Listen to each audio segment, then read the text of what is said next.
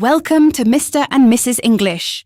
Speak with confidence. Learn with ease. Start your English journey today. Imagine walking into your local grocery store, reaching for a loaf of bread, and seeing the price tag has doubled overnight. Shocking, right? Welcome to the latest reality check.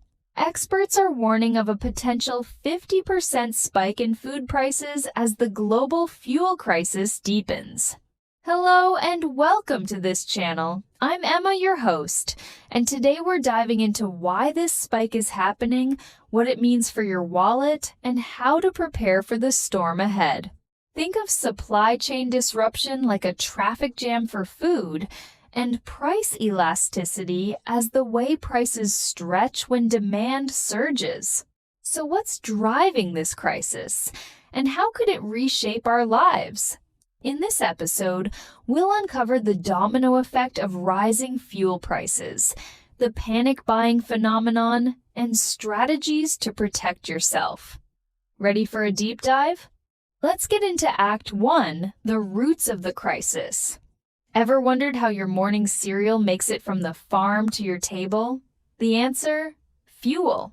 Everything from planting crops to transporting goods relies on diesel and petrol.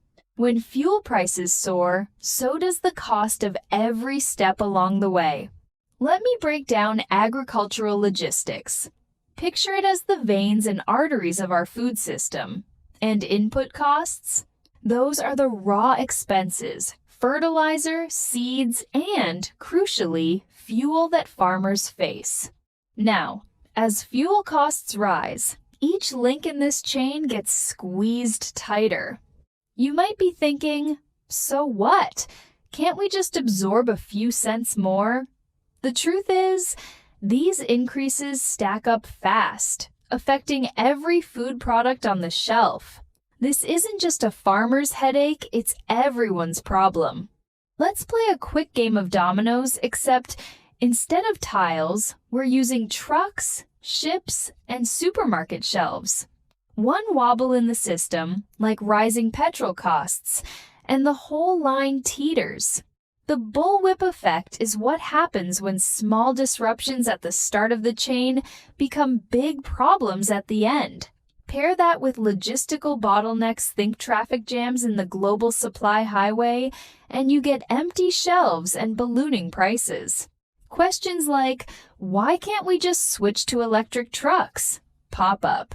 In theory, yes, but in practice, infrastructure and costs mean we'll be stuck with traditional fuels for the foreseeable future. The dominoes keep falling. Let's zoom in on regional Queensland, where more than 100 petrol stations have run dry. It's not just an inconvenience, it's a crisis. Imagine farmers unable to fuel their tractors or truckers, stranded hundreds of kilometers from their next stop. This is a classic case of fuel supply vulnerability. Picture a chain with a weak link. Once it snaps, the whole system fails. And then there's last-mile delivery, the final journey goods make to stores. If that leg's broken, local communities feel the pinch first. Perhaps you're asking, why can't they just get fuel from somewhere else? The reality is, remote regions don't have the luxury of easy access. The struggle here is real and immediate. Now, picture this. News hits about petrol shortages and instantly queues snake around service stations. This is panic buying in action, and experts call it a self-fulfilling prophecy. Let's break down demand shock when sudden surges in buying strip shelves bare, and consumer psychology, the way fear drives us to overreact. When everyone rushes to fill their tanks, shortages get even worse. It's a cycle that feeds on itself. You might ask, if I don't act now, will I miss out? That's exactly the trap. The more we panic, the more real the crisis becomes. It's a tough lesson in collective behavior. Remember stories from wartime rationing where everyone had to make do with less?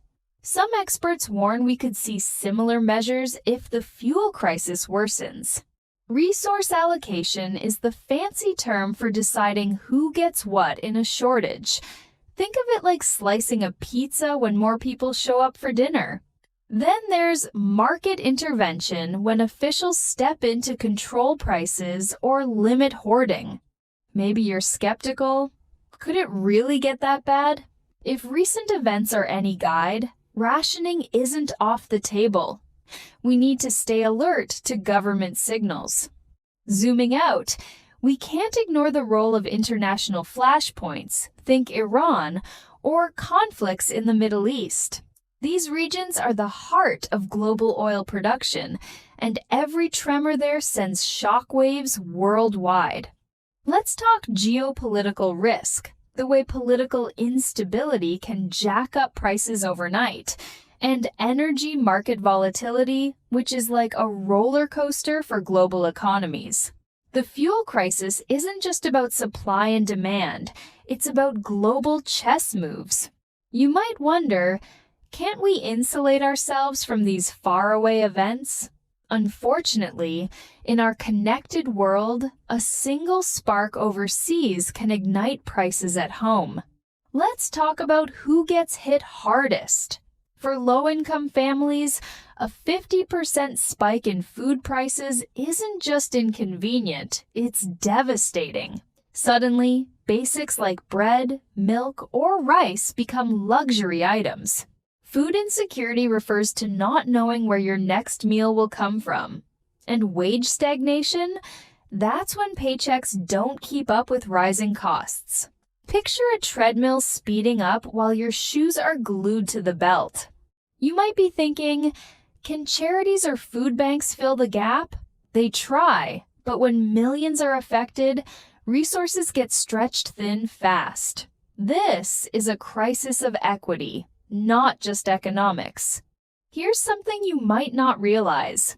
Rising fuel and food prices don't stop at the checkout counter. There's a ripple effect that touches everything from transport to schooling and even healthcare. The term cost-push inflation means rising costs are baked into every product or service. Secondary impacts are the dominoes that fall. Next, like transport companies hiking fares or schools paying more for supplies. A listener might ask, does this mean my commute or rent could go up too? Absolutely. When essentials become expensive, everyone pays more for daily life. So, what are our options? Building resilience is key. That means designing food and fuel systems that can bend, not break, under pressure. Local sourcing, alternative fuels, and smarter logistics all play a part. Take supply chain diversification, spreading out sourcing to reduce risk, like not putting all your eggs in one basket.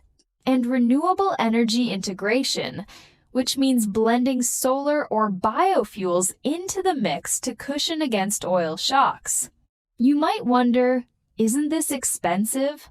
Up front, yes, but in the long run, it protects us from the roller coaster of crisis after crisis. Let's get practical. What can you do today to brace for a food price surge? Start by reducing food waste and supporting local producers. Community gardens and co-ops can cushion the blow when supermarket prices soar. Let's talk about food sovereignty, the idea of communities controlling their own food supply, and mutual aid networks, where neighbors band together to share resources and information.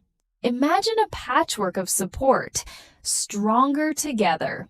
You might be thinking, does my small action really make a difference? Absolutely.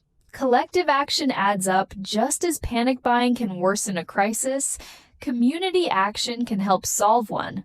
We've crossed a lot of ground today, so let's recap. First, a 50% food price spike is a real risk, driven by fuel shortages and panic buying. Second, supply chains are fragile. And when they break, the most vulnerable suffer the most.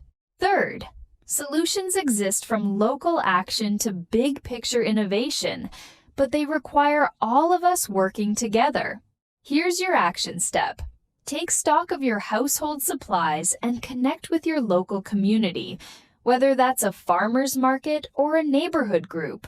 Don't wait for the next headline to act. Wondering what's around the corner?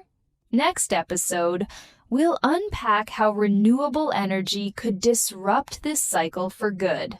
Until then, stay informed, stay prepared, and remember, resilience starts with you.